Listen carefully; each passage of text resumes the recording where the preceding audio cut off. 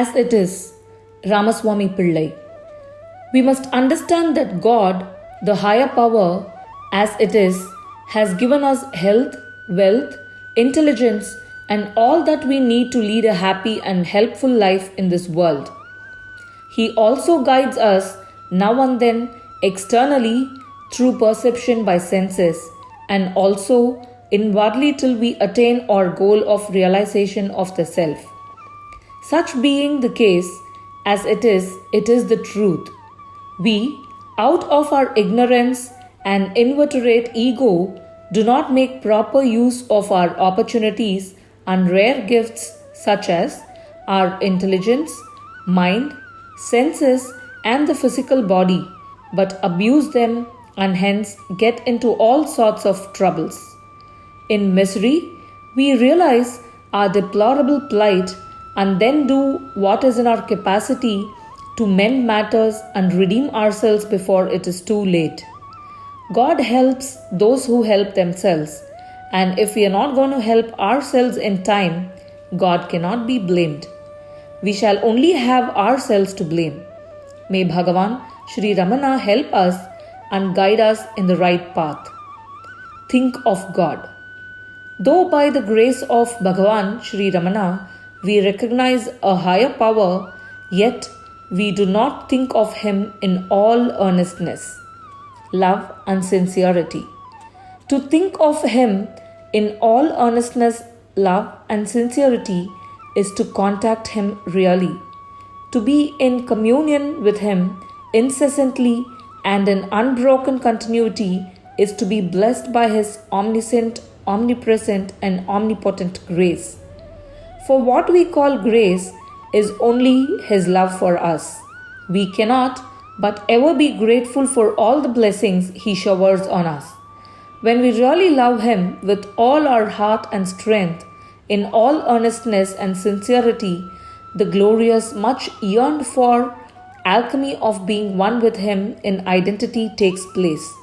This is self-realization, the goal. The path of self-inquiry.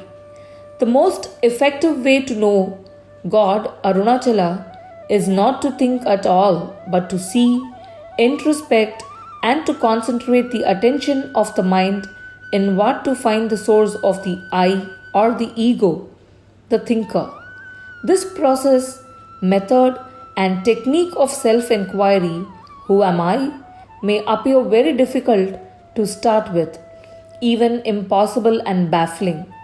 However, when once begin with patience and perseverance, by the grace and blessings of Sri Bhagavan, one will find to one's greatest surprise that no other path is easier than this. Bhagavan himself has said as much as in his song of assurance in Atma Vidya. It begins with, self-knowledge is an easy thing, the easiest thing there is. The I. The so-called I, the ego, whether it is simply a thought or the first thought, as Sri Bhagavan has aptly put it, or mere body consciousness, I am the body, which it really is, does not matter much. What is important for us is to understand its meaning and the reality behind it, the source and the origin of its appearance. It was not present in deep sleep, yet where could it have been then? It must have been somewhere, somehow, to come out again in the waking state to continue its activities from where it left off before going to sleep. It is a mystery. According to Sri Bhagavan, the ego appears immediately and directly from the self as a result of the combination of Chit or the spirit and Jada or the body. It may be compared to the red color made by the mixture of yellow turmeric with white lime, or to the light which is produced in the bulb by the current and wire. By Sri Bhagavan's unique method of self-inquiry, the pseudo-self or the ego vanishes and the self shines in all its resplendent and effulgent glory. This is called self-realization. the fully awakened state of Turiya, the goal of life. As a matter of fact, there is no such thing as an ego to be destroyed, defeated, subdued, and conquered. The only reality is the absolute transcendental state of Turiya, the fourth, or the supreme self, in which the other three states of Jagrat or waking, Swapna or dreaming, and Sushupti or sleeping are utterly absent and not even remembered as dreams or shadows. For there is no ego or mind, both meaning the same, in the Turiya transcendental state.